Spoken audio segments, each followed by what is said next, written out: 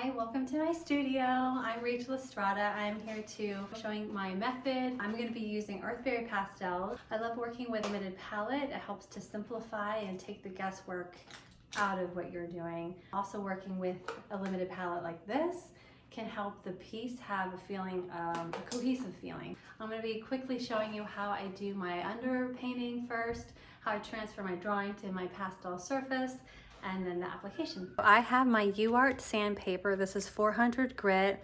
I have it taped down, and then I have my drawing. You can be as detailed or as loose as you like. I just prefer working out all the kinks on paper. It's so much easier to do that than to draw on the sandpaper. I feel like it kind of feels like walking in quicksand. I like to be able to use my arm and all of that. So this is the photo that I'm working from. Okay, my first step here, I have the isopropyl alcohol, and then I have a couple acrylics that I love, and I tend to use the same tones over and over again. So I'm going to show you some of my favorites. I use golden fluid acrylic. Here's Van Dyke Brown, Titan Green Pale, Green Gold, Payne's Gray, Sap Green Hue. And then if you really want to get fun and funky, these are iridescent tones, and it adds a little shimmer to your background. So if you leave any showing, it has just a beautiful iridescence. So I have bronze and copper. A couple of the things you'll need if you do this wash with me is a 3-inch flat brush, and I think this is a 5. This is a flat synthetic, just something with long bristles, because when I go to splatter, I want the bristles to flex with the weight of the liquid. I don't want it to be stiff. I love the size. I think it's 12. And these are just a couple containers that I lost the tops of, and I was like, okay, this is gonna be great for painting. And then later you're gonna want a couple sharp HB pencils. So here we go.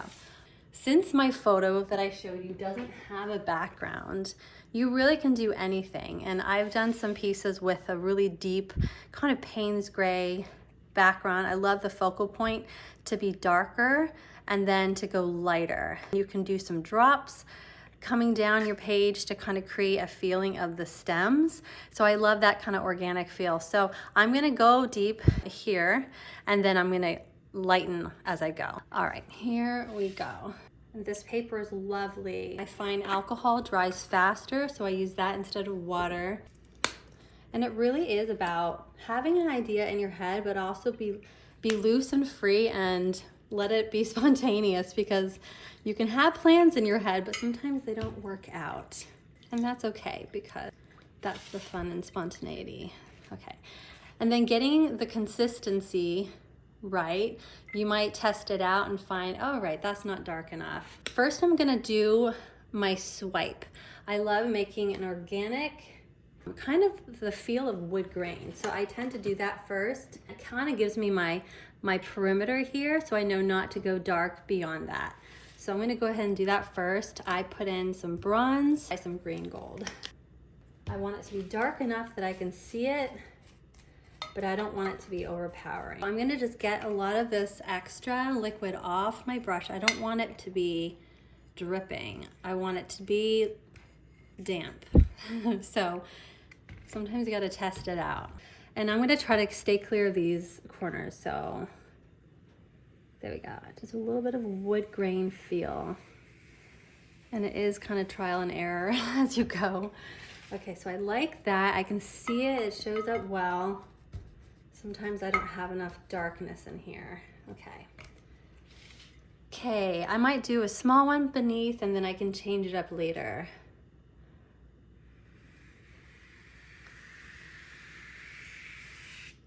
Okay, so that shows up a little bit there. If you need to, you can always let it dry and go back again. So now that I did that fun swipe, I have my Payne's Gray. Let me test that out. Is that dark enough? I think I want it to be a little bit darker. Because it tends to dry, lighter. So I'm just gonna drop some more in here. If you wanna make it more, you know, you can add different colors in there if you want. You could add your sap green too. I'm just gonna go with one for now. You know, you could even pour a little, just be careful, because it can spread the more alcohol that you have in here. So you can use your 3-inch brush move it around. Let's see. You can start dropping. You just want to kind of get this area. Whoop, fun splashes. Okay. Still feel like I need it to be a little bit darker. You can tone your background later. Once it's dried, you can tone it with pastel and create a sense of that it's deeper than it really is. So it's very forgiving, and what's fun is if this is still wet, your sweep, it's gonna interact and it's gonna blossom, and I love that. So kind of working quickly enough so that things will interact unless you don't want it to. And that way, if you don't, then kind of let it sit and dry before you add this on. Okay, so that's kind of my deep. I'm gonna leave that alone for a sec. I'm gonna come back over here. I know we have some green and some gold in there, but I'm still gonna do some, I'm gonna add some things. So I'm gonna add some copper. It's fun when you interplay the colors that you have because it just makes sense. Like, you're creating new colors, yes, but it definitely just makes more sense.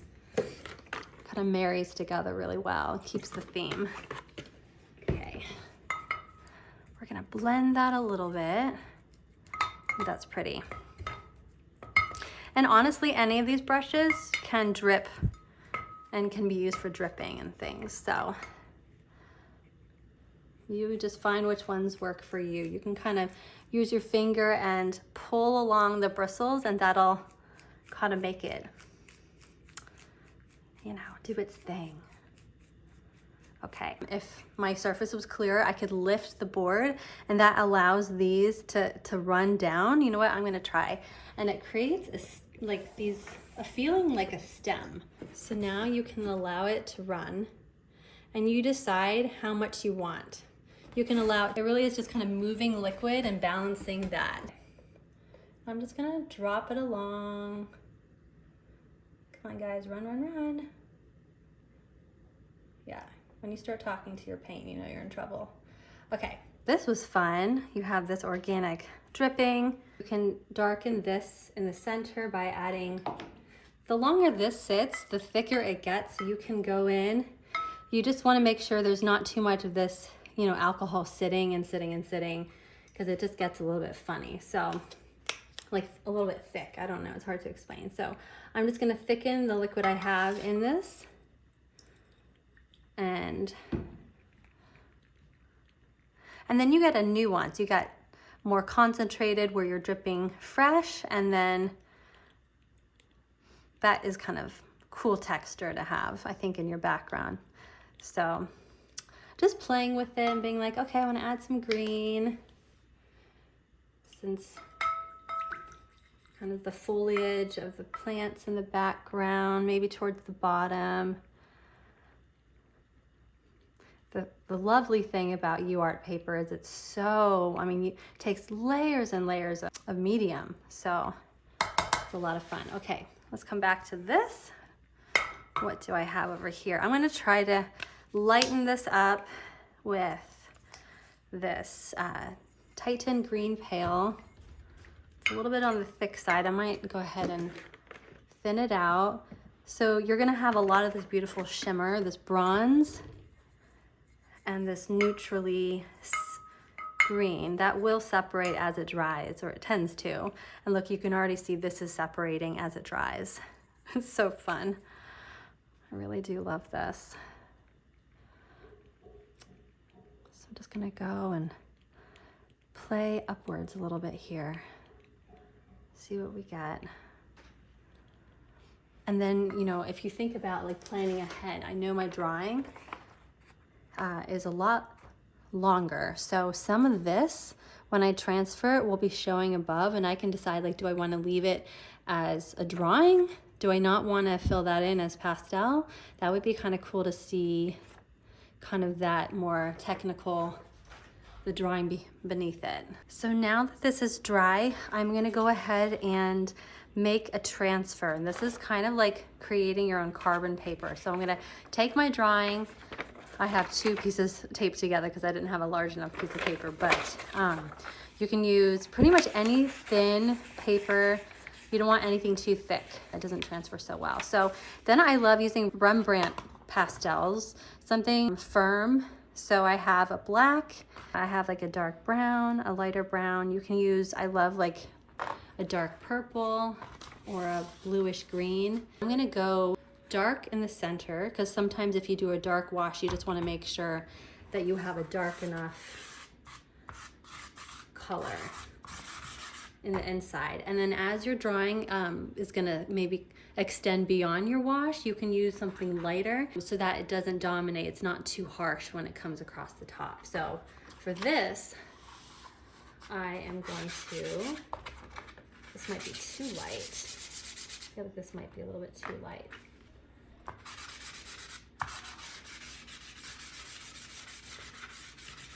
Kind of creating like an ombre with your color here. So you're just gonna cover the back of your paper. It's just so lovely. And when you transfer it, it creates this beautiful,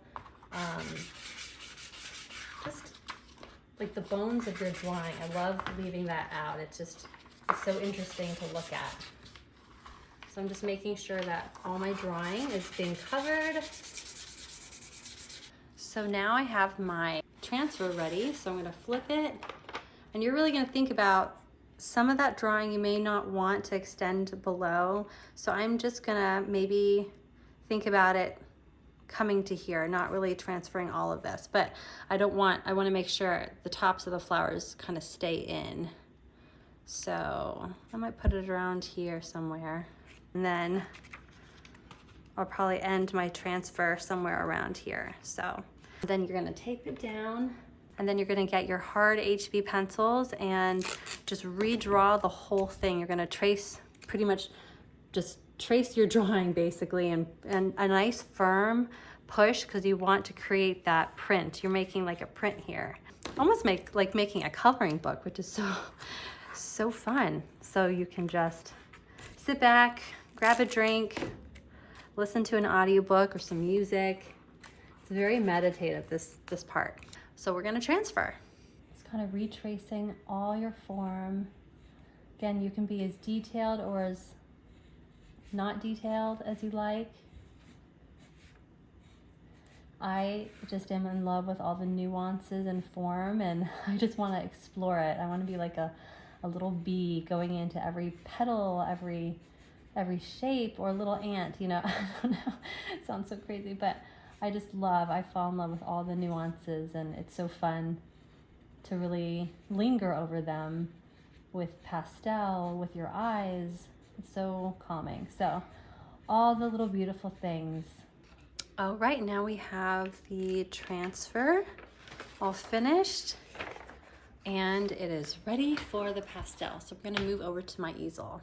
Okay, so now we're at the easel, and I have these two sets that I'm using. I also have an assortment of pastel pencils because it's like having fine brushes for detail. So I have an assortment of different, I love Carbothello, I have Caran d'Arche, I have Rembrandt, Derwent, and Cretacolor. So there's a couple different brands. I love they all have different shades. I tend to go, it's kind of like if you're a painter, you tend to go thin to thick. And so that's kind of my method. I like to establish my local color with, this is hard pastel. And then I'm gonna go in and pop in really beautiful tones with this. I'm gonna go in with my darks. I feel like the delphinium, they have some nice shadows here inside the flower. Just gonna go in and gently put some of this beautiful vibrant blue down. And getting some of this color down. Paying attention, so when I look at my photo, I like to just keep looking and asking myself questions. Where do I see shadow shapes? What are those shapes? And then as I'm starting to put in not just different value, but different tones, and I think like, okay, is this really blue? Can I go lighter? And it's so cool how you can just customize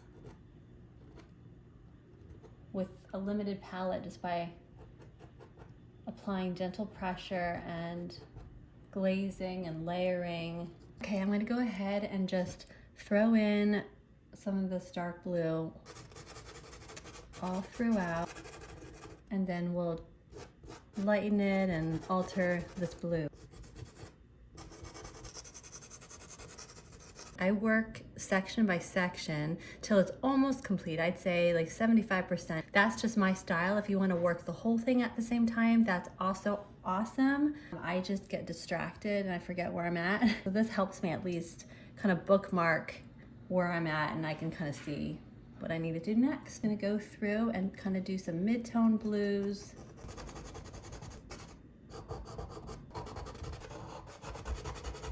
I'm just kind of going back and forth between some darks and some mid-tones, some lights.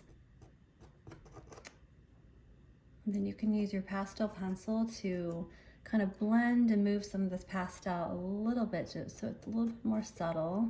Really is endless what you can do by layering, glazing, how much pressure you use,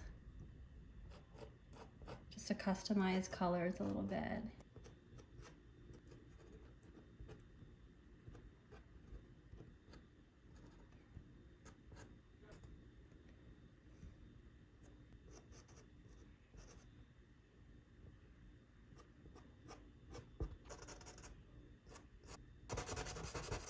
Okay, I'm just kind of carving out some of these dark areas. There's some shadow above some of these flowers. I guess the darkness of the stem is behind. Just carving some of those out with this really dark Payne's gray. And then I'm gonna start just lay in some of the stems that I see back there. I think I'm gonna take this one out, and I might leave these undone there. These small little buds on the side that are not open yet, I'm just gonna kind of hint top and bottom some lightness. So kind of separating them. And then I'm gonna use some greens and layer that on top. I'm loving this as a base, so I'm kind of using this one just to kind of form some of those petals before I really go in with more color. This is such a beautiful blue. I feel like it comes right out of the darkness of the flower. You can go back and forth between light and dark as you lay it in. It's very forgiving. So wherever I see this kind of mid-tone, this bright area, or if I just want to add some interest, I'll just plop that in. I love these shapes. They're so handy. The sharp edges, the flat. You can really do so much with this. It lends itself to drawing and, you know, wide surfaces. It's wonderful. I think I'm gonna have this flower is gonna come off a little bit, which I think is fun. Just gonna lay that in there. Now I'm gonna come up here and I'm gonna just add this very misty olive, very light misty olive, just to get some warmth. As these delphiniums extend from being open flowers, they get a lot lighter and brighter green. They kind of just blend in with the stem that they're coming off of. So it's just so lovely, kind of throwing some of this green in so it'll peek through as we layer. Since I'm doing that there, I can go ahead and do it on the other side. I will layer some purples on top here. I'm gonna go ahead and just define these shapes. I'm gonna go a little bit lighter as they just get so much lighter towards the top. I really want there to be some softness as it extends upward. I don't want it to feel heavy. Okay, I'm gonna come on this side and establish really quickly some of these lighter mid-tones here. This vibrant blue here.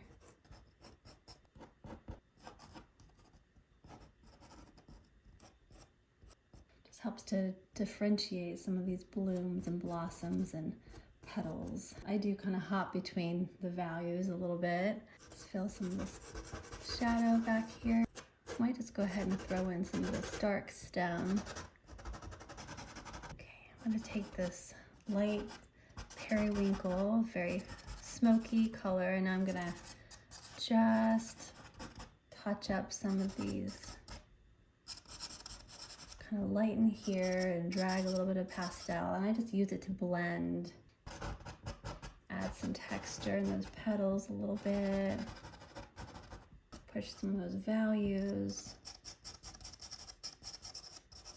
kind of just looking around and seeing where can I lighten up just a little bit.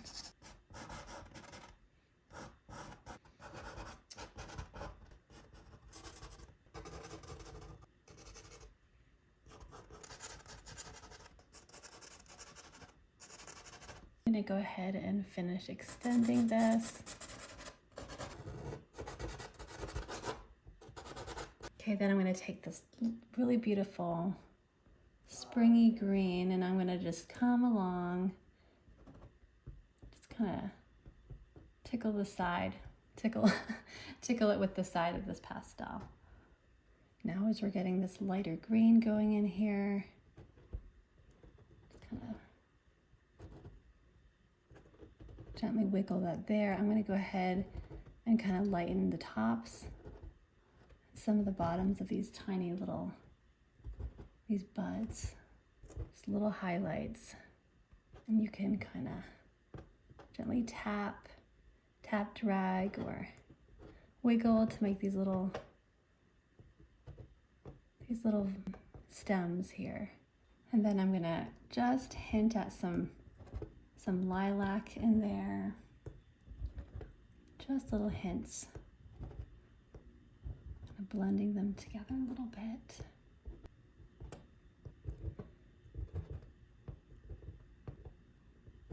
Then we're going to just come along the stem here, add some highlight. Then I like to use this pastel pencil and hint at some of these tiny little stems. Then if you want, you can go ahead and kind of shadow and shade underneath just a couple of these, just to give it a little bit more dimension.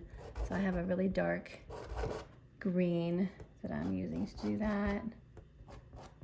And it helps to give it more form. Then I have a very, very soft, neutrally green, and I'm gonna just brighten up the tips, right on some of these tops, the tip tops.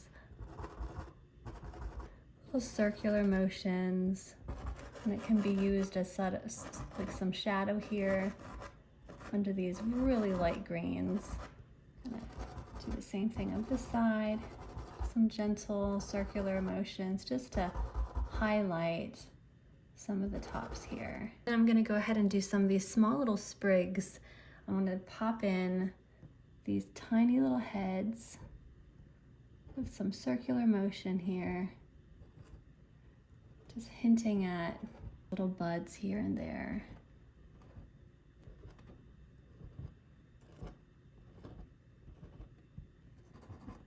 I love this really bright green that Earthberry has. I want to add just a touch on the top where the light is just kissing the very tip.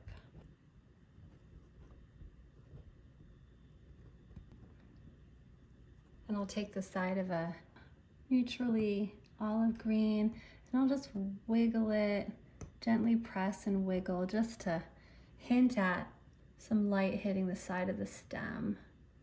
Some little tiny stems and offshoots. So now I'm just going to go again and go through and just establish just a little bit of reflected light, little nuances, just some light spots, maybe areas that I missed, just where the light is gently caressing the side or the tops. Wherever you feel like it needs just a little bit more definition, you can just go through. Just pop a little bit of color, a little bit of some brights. So now I'm just going to hint at some of the foliage down here. Use the side, which makes these really great angles for leaves. Kind of sharpness here.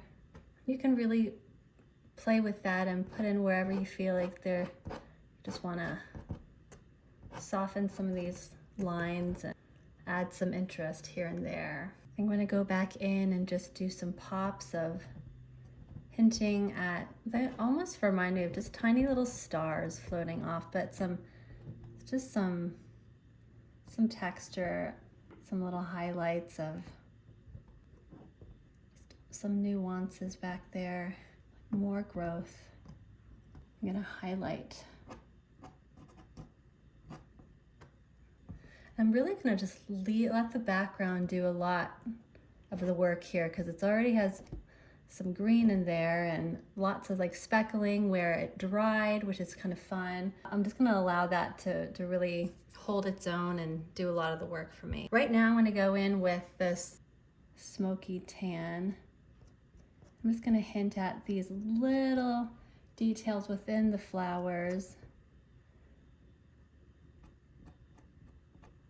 Hinting at some of that detail there.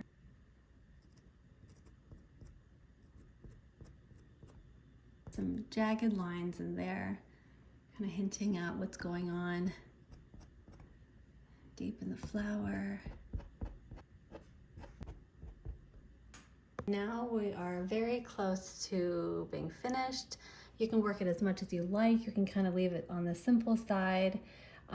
Just to kind of differentiate the back a little bit, I'll take a pastel pencil and sometimes I'll just tone some of that background if I feel like it feels a little flat and I want there to be some contrast against the main part of the image, some of these flowers and things. And you can just let it fade, but we're just hinting at just a little bit more depth. I really do love the speckling, so I don't want to overdo it, but again, you can kind of create a little bit more contrast and more depth towards the center to kind of create like a center focal point. And you could just apply very gentle pressure, doesn't have to be a lot. Kind of ombre that away from the flower, just so there's a little bit more pop. Okay, so some of the finishing touches I like to do is come through and enhance just some of this texture a little bit. I'll try to hint at some of these rings because it's just fun to see them a little bit more. So I'll do it in a couple places. I have a really neutral, very, very light olive green. And then once you've done some, you can come through and you're gonna just rub in the direction that you drew them.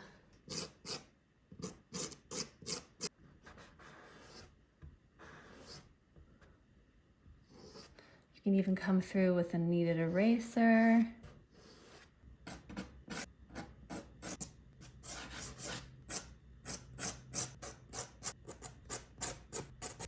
Really emphasizing some of these areas. Last touches here and there, some texture. Just hinting at some foliage in the back.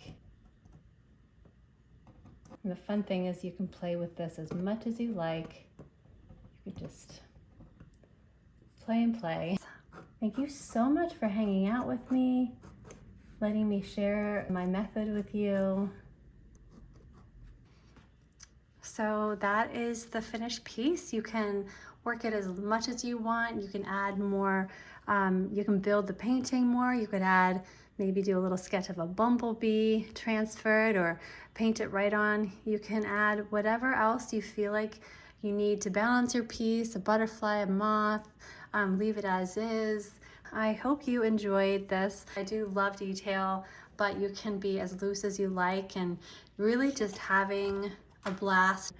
It's just amazing what you can do with a limited palette and the techniques of pastel where you blend and layer and glaze. And if you work with pastel pencils, that can also give you so much flexibility with moving your pastel around and blending and changing color and creating nuances.